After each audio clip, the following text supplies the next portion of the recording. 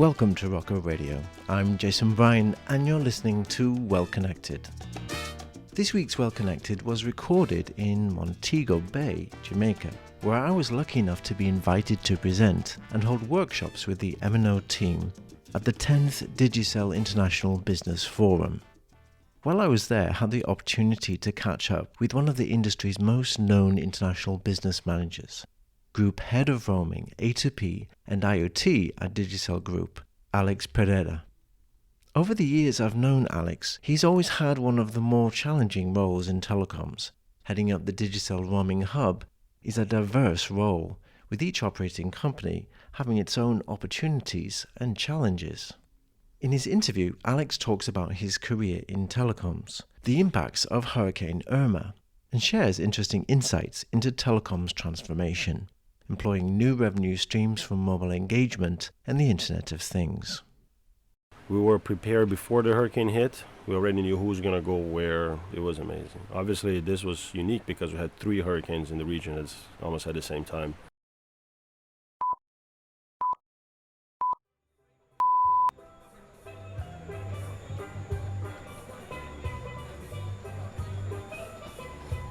If you can hear the sound of the beach, it's probably because this week's Well Connected is in Montego Bay, Jamaica.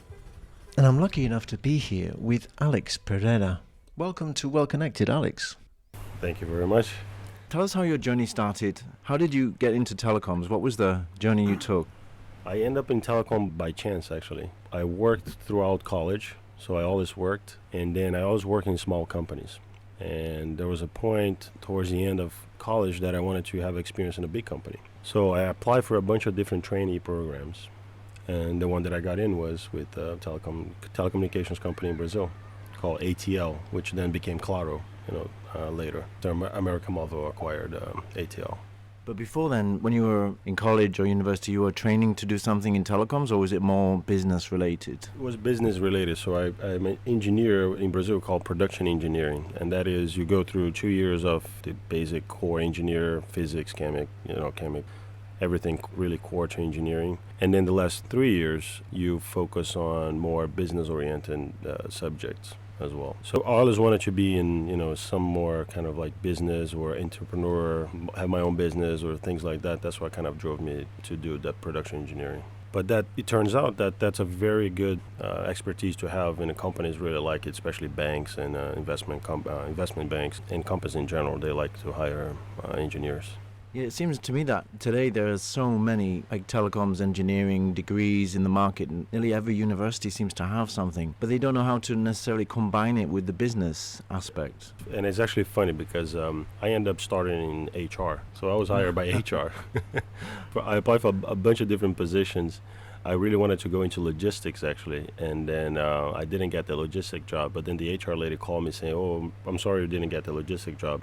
We have a job for you here at HR." I'm like, HR? But I was more focused about getting the experience in a big company and things like that, so I said I took the job, and I started in HR, and I was there for about a year, before I moved into marketing. And that 1 year in HR was brilliant. You understand how a company works from the inside, and the company I worked for, ATL, had a very strong HR. So it was really, really good, a really good experience. I had really good bosses. I actually had really good women bosses most of my career, and that's where I started in HR and at ATL. So tell us a bit about ATL. What kind of company was it?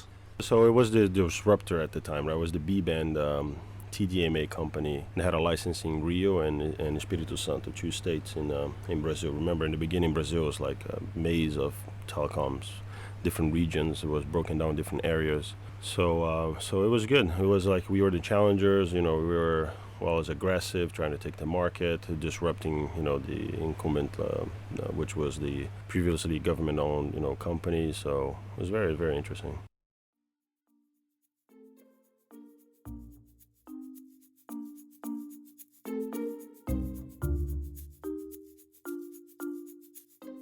My telecommunications career started in 2001, and I was there while I was still finishing college. While I was there, I actually decided that I really want to have an international career. I wanted to, live abroad and have other experiences. So I moved to marketing planning. Again, a great boss, a woman as well. She was really, really good. And there I learned the telecommunication business because we were responsible for all the metrics of the company, all the KPIs. So she reported almost to the board or to the chairman at the time. And we put together the number of subscribers, the churn, ARPU. I learned how all those things worked from the beginning in that department. And then when there was an opening in roaming, I took that opportunity. And that was when we were going from TDMA to GSM. So it was the first time we were launching GSM in Brazil. And it was a project. By then, the America Móvel had already bought 5 other companies. We were already a group with a significant coverage in Brazil. We were launching GSM across all these regions. And I was put on the roaming project from the beginning. So what appealed to you about going into a roaming-related project? Was the opportunity to get an international career, because I thought, this is the easiest path to international career is working in international business, right? And roaming was the only thing that I could see at the time that would lead there. That's why I took it. And what was it like as a network to go from TDMA to GSM? Because a lot of people don't realize GSM started out in Europe, and there are lots of different kinds of, let's say, variations, CDMA, TDMA. So it's pretty much like launching a brand new operation. And we started with zero from roaming as well. So I was actually like the lowest level employee in the roaming area. And I started doing everything, like, exchanging SIM cards and documents. I mean, I was a SIM coordinator or something like that. So you had a role pretty much like a roaming coordinator or roaming manager at the beginning. Even below the roaming coordinator was this, I was the errand boy for pretty much everything. When we started, because it was actually just a team of 2 people in the beginning, and then we got 2 more people from the other operations, America Móvel operations, to help out. I think we had a consultant for like 2 to 3 months as well, just to kind of give us an idea of documentation and how the process works and things like that. But then after that, we were pretty much on our own. And what was it like to try and get the attention of other networks in the world to get roaming agreements with you? So we were, in a way, we were lucky because the only other GSM, we had the Oi, time already had GSM roaming. I think TIM was also coming up, but the incumbent, Vivo, which was, Vivo now, Telefonica back then, didn't have GSM, I think. So we got good traction in terms of responses and things like that because the different operators had different coverages. No operator had national coverage, so they always needed more operators. So it wasn't too hard to get their attention, from the big players. Then Jamaica, how did that happen? How did you first get to join Digicel? So I started roaming in 2002. And then by 2006, I had a pretty good understanding how it worked because, like I said, I did SIM management and agreements. I actually ran iReg, I ran TIDIG. I did everything that needed to be done because we had to train the other departments, on how to do it. So I did all those things. Beginning of 2006, I got an invitation to present at the forum in Miami about roaming. I think it was Roaming Americas or something like that, one of those events. So I was invited to go there, and I presented, and the guy that was the head of roaming at the time for Digicel was there. And we saw the presentation and we exchanged business cards. And that's how I ended up at Jamaica.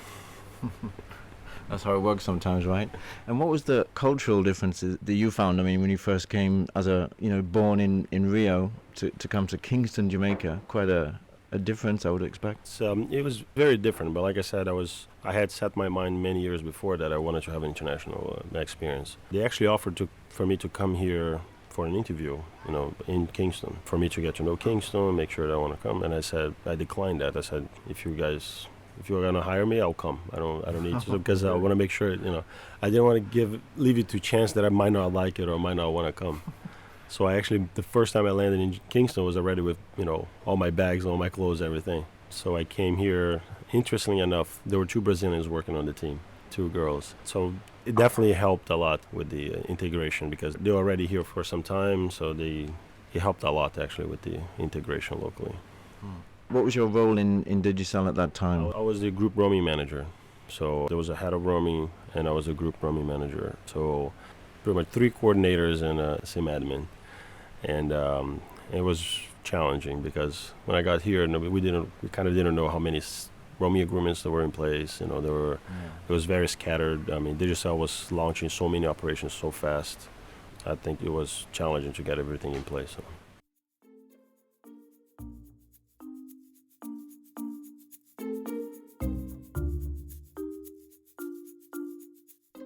now we know Digicel as a hugely successful group across the Caribbean and even in the Pacific area. I mean, what was it like at that time? I mean, at the very beginning, just covered Jamaica, or?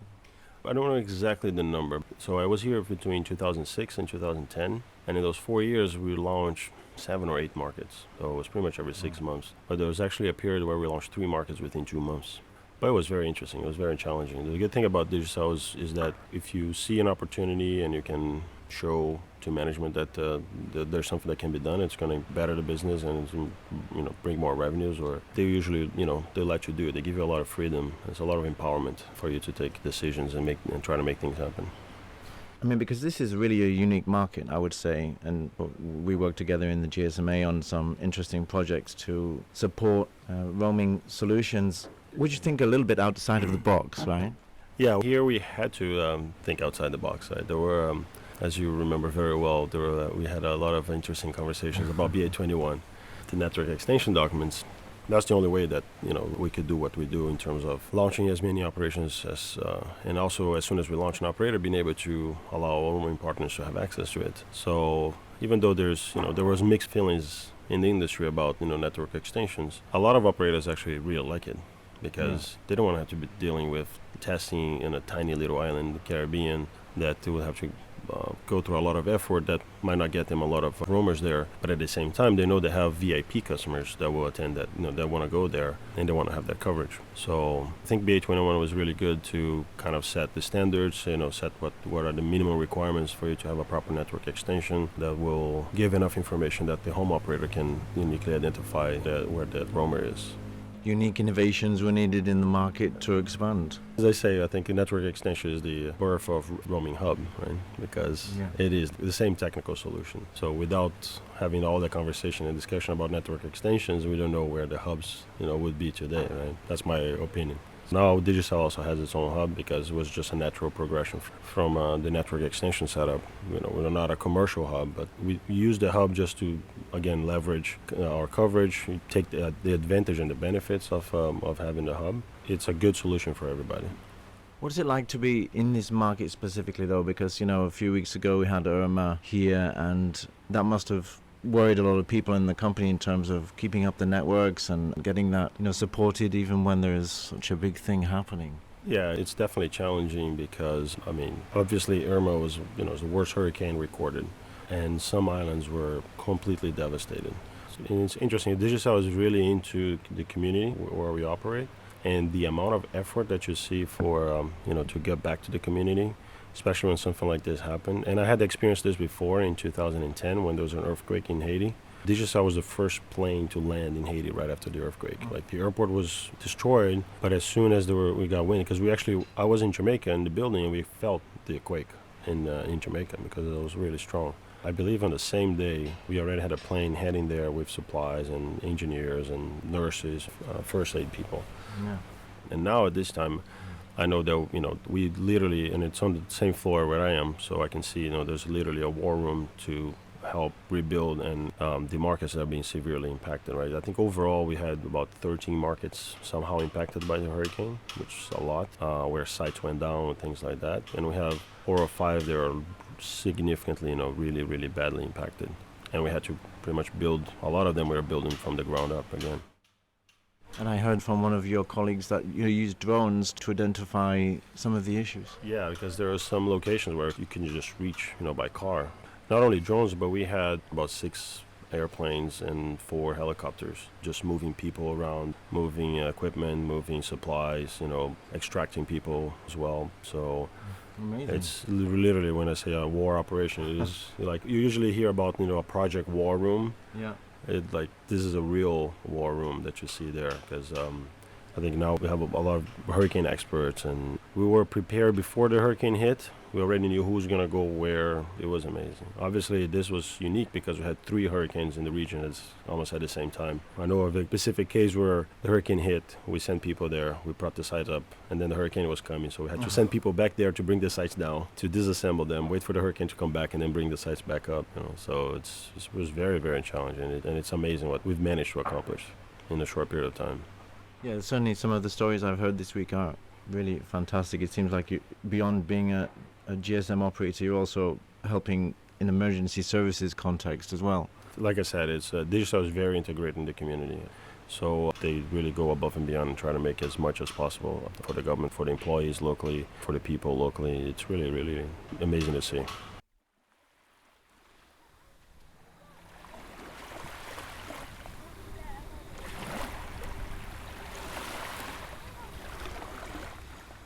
So after a few years in Digicel, you also wanted to see the rest of the world, right? You decided to move on from Digicel and take on a new role. Can you tell us a little bit more about that? Yeah, so after 4 years here, I thought it was time to experience the rest of the world as well. So I took a job with Cineverse, and I was there for 4 years. I left Kingston, I was in Paris for 6 or 7 months, and then moved to Tampa. The experience with Cineverse was really interesting because I saw the other side of the business, from the vendor side. It's a very dynamic company. Things change all the time. It's an American company, driven by Americans. It's actually very interesting to see because there's a strong European management team when I joined, and obviously it's an American company. So I could also see the differences between the European management and American management. But it was a good, very good learning. Oh yeah, very good exposure, very good learning. I learned a lot. I was there for 4 years. It was really good learning. I also had a similar experience, working in Cybernet and Mac, and I do agree with you that when you've been an operator and you're working on the other side, the dark side, as some people might say, you get exposure to how it is to deliver services. And, being an operator, it's helpful to have that, to go into a vendor and to see that perspective. Now you're back in Digicel. Has it helped you to understand better the approach of vendors that you're working with at the moment? I think it helps a lot because the vendors now recognize that, I've been on the other side, so I understand their side as well. I understand when they're rushing for a PO or they're trying to get something done. So I always try to understand why they're asking me what they're asking me, and I try to, obviously I try to get as much as I can for Digicel using that knowledge as well. I think it works well for both Digicel and the vendors that I deal with. And so coming back to Digicel now as you have, how long have you been back? Over a year. I rejoined in August 2016. So and your role in Digicel right now is in the roaming function, right? Right, so I have roaming, A2P and IoT. So A2P was something that was already, there was something going on when I came back, but we needed to consolidate and kind of rebuild the business and properly, I think, structure the business. And we had a lot of help to put that in place. The business grew significantly in the last year. And IoT was mostly because since I was exposed to all the roaming negotiations, and IoT and roaming they have to work hand in hand, otherwise you pretty much open your market for competition, right, using your roaming agreements. And if you don't talk, there's an issue there. There was something being done on IoT, Digicel, but now there wasn't enough focus. I presented a concept and a plan to the leadership team, and that's why we built the IoT department for the group.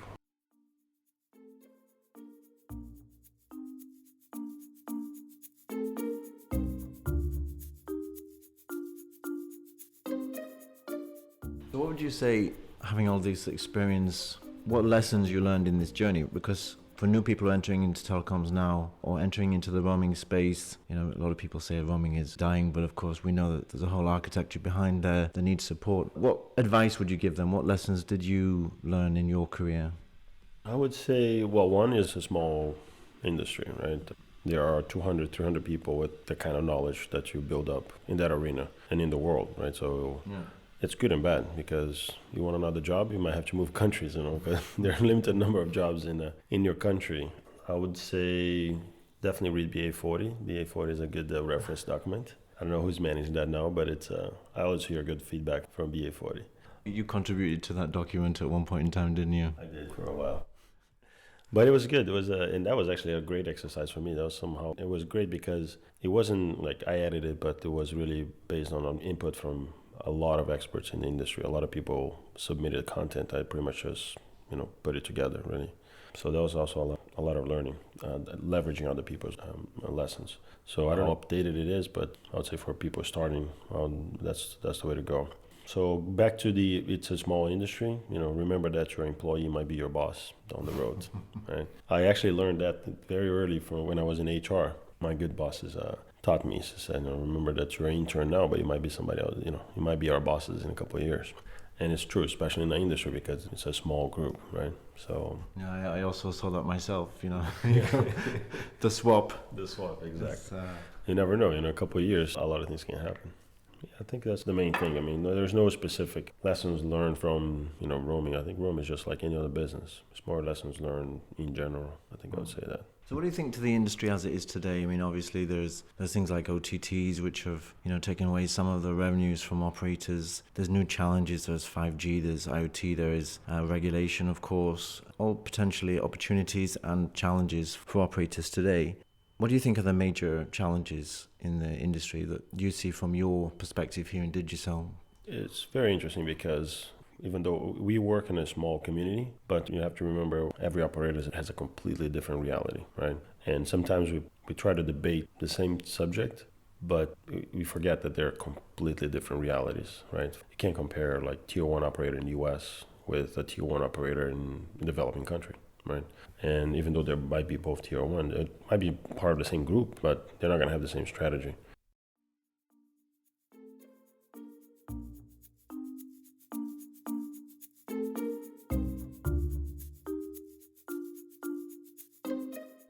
In general, I would say nothing will be what it looks like right now. 5 years ago, you would think SMS would be dead or SS7 would be dead.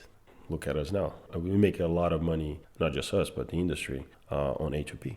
The sponsors for the last Barge/WAS meetings are being more A2P vendors than roaming or operators, right? Which pretty much shows where the money is, right? So there's a lot of money on A2P. And if you ask 5 years ago, I don't think a lot of people would have, bet their horses in A2P. So whatever it is that it looks like now, that's going to disappear, I wouldn't count on it. Like even roaming or SS7, there's IoT coming up, and roaming is what enables global coverage. Obviously, it's their eSIM, but you're not going to have 200 SIMs on an eSIM. So roaming will still be needed for global coverage. And I think I don't make predictions. Right? We play as we go, and we try to be ready for things and try to leverage that whatever we have in place. So what would you say beyond A2P, the next trend is going to be more on the IoT side? It's not a trend, it's a reality already. I went to an IoT conference in California a few months back, and there were 14,000 people there. More than 500 people exposing on the stands, and it's not a thing that's coming, it's already here. So yeah, definitely IoT, I think, is where it's the next big wave, the next big transformation. So we heard about your journey and the exposure you wanted. You wanted international travel, you wanted to see what it's like to be in other countries, and a lot of people concerned these days, should I stay in roaming? Because if roaming is a dying industry, what would you say is the next direction people might want to take in their career if they've worked in roaming and they want to move on to do something else? What I would say is if I was starting today, I would do anything related to IoT. Once, because finally they agree on the name, right? It's been changing names for a long time. It's the same thing. It was machine connected living, blah, blah, blah. And it's finally agreed it's Internet of Things. And it's already that existing industry. And there are so many things that you can play with the knowledge that you get in roaming or, having this kind of expertise. So if I were starting today, I would get involved in anything IoT related, for sure. So Alex, thank you so much for this opportunity to speak with you. No, thank you. Thanks for coming to Montego Bay. I appreciated a lot what you did for us here as well, during the forum. And I'm glad we had the opportunity to have this conversation. We hope you enjoyed this week's podcast. Look out for more in the Well Connected series in the coming weeks. If you're keen to learn about roaming, mobile engagement, or the Internet of Things, you might also like to complete Rocco's training survey. Our training programs are diversifying, and we would really like to hear how your training needs are evolving too. Tell us about your training requirements and receive discounts on all the training we are offering in 2018. Until next time, this is Jason Bryan, and you've been listening to Well Connected from Rocco Radio.